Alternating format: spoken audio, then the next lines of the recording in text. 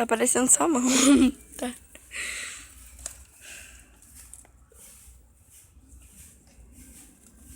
Depois arruma um lugar pra botar ele mais... Não pode botar areia em cima não, tá? Nossa, sumiu o abacaxizinho. A folha levanta. Botar seus pés. Você já apertou as folhinhas? Já apertou? Aperta assim. Entrou bem espinhozinho nesse em mim. Pronto. Deixa eu botar. Esqueceu. Olha que coisa fofa. Sai, Melissa, sai!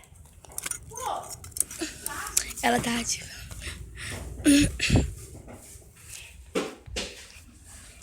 Ai, que coisa fofa. Então é isso, pessoal. Espero que vocês tenham gostado do meu abacaxizinho de jardim. Um beijo e tchau, tchau.